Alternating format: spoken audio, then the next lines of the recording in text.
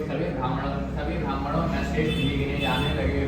उसी दिन से वह हर महीने श्री सत्यनारायण के उत्तम व्रत को करने लगे तथा इसी प्रकार ऊपर कहे अनुसार दुष्टेश सदानंद ने सत्यनारायण का व्रत किया। सब पापों से छूटकर सदानंद को मोक्ष पद जो कि अति दुर्लभ है तो प्राप्त हुआ। हे ब्राह्मणों, जो कोई भी इस पृथ्वी पर इस व्रत को करेगा तभी उस मनुष्य के सब दुख नष्ट हो जाएंगे। इस प्रकार महात्मा नारद जी से विष्णु कर बोले। भाई बंधुओं से व्रत कर रहे थे कि इतने में वहां लकड़ा आ गया। लकड़ी का बोझा धरकर भूख से प्यासा होकर कारण के ब्राह्मणों के घर गया। ब्राह्मणों को व्रत करते देखकर प्रणाम कर ब्राह्मण से बोला कि ये तुम क्या करते हो? हे प्रभु, इसका क्या फल है? तो हमसे सविस्तार कहो। ब्राह्मण बोला कि वह सत्यनारायण का व्रत है जो सबको मनवांछित फल देने वाला है। इसी के प्रसाद प्रभाव से सब हमारे धन्यानी हैं। उनसे इस व्रत का प्रभाव सुनकर आना बहुत प्रसन्न हुआ और प्रसाद पाके तथा जल पीकर नगर को चला गया। सत्यनारायण देव का मन में चिंतन किया कि लकड़ी बेचकर गांव से जो धन मिलेगा उसी से सत्यनारायण के उत्तम व्रत को करेंगे। ऐसा मन में चिंतन कर लकड़ी का बोझा सर पर धरकर जिस नगर में धनी लोग रहते थे वहां चला गया। उस दिन उसे लकड़ियों का दूना मूल्य प्राप्त हुआ। अब तो उसका हृदय अति प्रसन्न हुआ और सुंदर फले के लिए शक्कर की दूध गेहूं का आटा इसको सवाया लेकर अपने घर को गया तथा भाई बंधुओं को इकट्ठा कर विधि पूर्वक व्रत किया। इसी व्रत के प्रभाव से उसको धन पुत्र आदि सब कुछ प्राप्त हुआ और वह इस लोक में सुख भोगने के अनंतर सत्यनारायण के देव को चला गया। श्री कृष्ण पुराण देवा कन्या सत्यनारायण संप्रदायम द्वितीय अध्याय समाप्तः। सत्यनारायण भगवान की जय।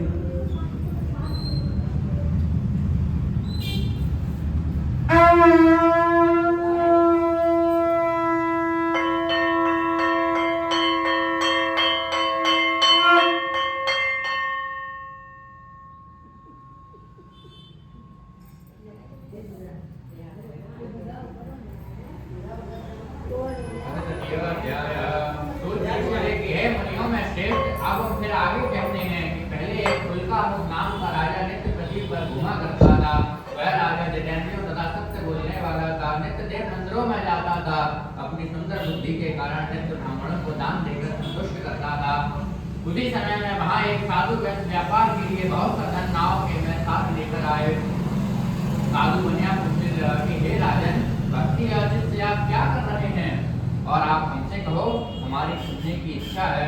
राजा का वचन सुन आदर पूर्वक साधु बोला कि यह सब हमसे सविस्तार पूर्वक कहो। आपके कहे अनुसार आप भी इस व्रत को करेंगे। मेरे भी संतान नहीं है। इस व्रत से मेरे निश्चय संतान होगी। ऐसा विचार व्यापार से लौटकर आनंद पूर्वक घर आया। वह संतान देने वाला व्रत अपनी पत्नी से कहा कि जब मेरे कोई संतान नहीं होगी तब मैं इस व्रत को करूंगा। इस प्रकार वह साधु अपनी भार्या लीलावती से कह के चुप हो गया। एक दिन उसकी भार्या सती लीलावती पति के सहित प्रसन्नचित्त हो धर्म में प्राण सत्यनारायण के पास से गर्भवती हो गई। 10वें महीने में उसे कन्या रत्न का जन्म प्राप्त हुआ। वह कन्या शुक्ल पक्ष के चंद्रमा के समान प्रतिदिन बढ़ने लगी। उस कन्या का नाम कलावती रखा गया। तब एक दिन लीलावती अपने पति से मधुर वचनों से बोली कि पहले किए हुए व्रत का संकल्प पूरा क्यों नहीं करते हो? तब साधु बोले कि हे प्रिय, इस कन्या के विवाह के समय इस व्रत को पूरा करेंगे। वहां से सुख समझकर एक बनिए को पुत्र को ले आए। उसी बड़े पुत्र को गुणवान और सुंदर देखकर अति प्रसन्न हो जाती के भाई बंधुओं को इकट्ठा करके विधि पूर्वक उस पुत्र को साधु ने अपनी कन्या दे दी। इसके पीछे भी अभाग्यवश होकर सत्यनारायण के व्रत को भूल गया। तब तो सत्यनारायण उससे रुष्ट हो गए। इसके कुछ थोड़े समय के बाद अपने काम में चतुर वह बनिया व्यापार करने के लिए अपने जमाई को साथ लेकर शीघ्र ही समुद्र किनारे रमणीक नगर रत्नसार में गए और धनवान जमाई को देख व्यापार करने के लिए वे दोनों चंद्रकेतु राजा के समान रमणीक नगर को चले गए। उसी समय सत्यनारायण प्रभु ने एक दिन राजा के धन को चोर चुरा कर ले गए। वहां आए जहां वे बनिए बैठे थे। अपने पीछे भागते हुए राजा के दूतों को देखकर चोर डर के मारे बड़े छोड़कर भाग छुप गए। तब तक राजा के दूत वहां आ गए जहां ये सज्जन बनिए बैठे थे। वहां राजा का चोरी हुआ धन देखकर और उन्हें ही चोर समझकर उन दोनों बनियों को बांध लिया और मारे खुशी के भागते हुए आए राजा के दरबार में जाकर बोले कि हम 2 चोर पकड़ के लेके आए हैं, हे प्रभु आप उन्हें देखकर आज्ञा दीजिए। राजा की आज्ञा पाए बिना ही वह कहने लगे कि हमने नहीं सुना है, और चंद्रकेतु राजा ने उनका सब धन ले लिया। शारीरिक तथा मानसिक व्याधि और भूख प्यास से दुखी होकर अन्न की चिंता से व्याकुल हो घर घर घूमने लगी। कन्या कलावती भी नित्य घर घर घूमने लगी।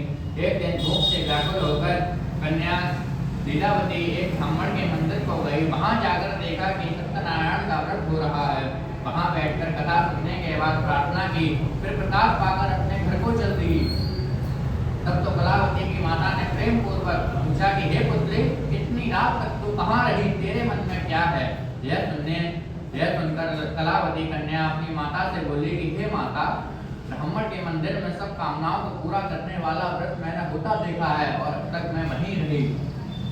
तो है लीलावती साध्वी अपनी कन्या भाई बंधुओं सहित सत्यनारायण का व्रत करती हुई और कहने लगी कि हे भगवान, हमारे पति और जमाई दोनों जल्द ही घर को आवे। हे सत्यनारायण, हमारे पति और जमाई का अपराध क्षमा करो।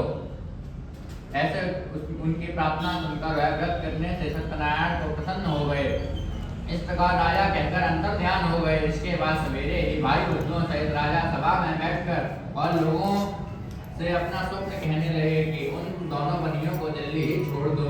हम दोनों व्यक्तियों को लाए हैं जो बेड़ी बंधन के इस समय मुक्त अर्थात छूटे हुए हैं। तब दोनों व्यस्त राजाओं श्रेष्ठ राजा चंद्रकेतु राजा को नमस्कार करते हुए बोले, कपड़े और गहने देकर अत्यंत संतुष्ट किया तथा आदर से युक्त वचनों के रहित प्रसन्न हो गया। पहले का लिया हुआ धन दूना करके दे दिया। फिर राजा बोले कि हे साधु, अब तुम अपने घर को जाओ। राजा को प्रणाम करके वैश्य बोले कि आपकी कृपा से अब हम जाएंगे। ऐसे कहे वैश्य अपने घर को चल दिए। ओम स्कंद प्राणे रेवा कन्याम मसी सत्यनारायण गदायम तृतीयोध्याय समाप्त। बोलो सत्यनारायण भगवान की जय। ओम गोविंद चले आओ, गोपाल चले आओ, गोविंद चले आओ, गोपाल चले आओ। हे मुरलीधर मोहन आनंद चले आओ, गोविंद चले आओ, गोपाल चले आओ। हे मुरलीधर मोहन आनंद चले आओ। आँखों में बसे हो तुम, मेरे दिल में धड़कते हो। आँखों में बसे हो तुम, मेरे दिल में धड़कते हो। कुछ ऐसा करो मोहन, कुछ ऐसा करो मोहन, सांसों में समा जाओ। गोविंद चले आओ, गोपाल चले आओ, गोविंद चले आओ, गोपाल चले आओ। बोलो गोविंद भगवान की जय।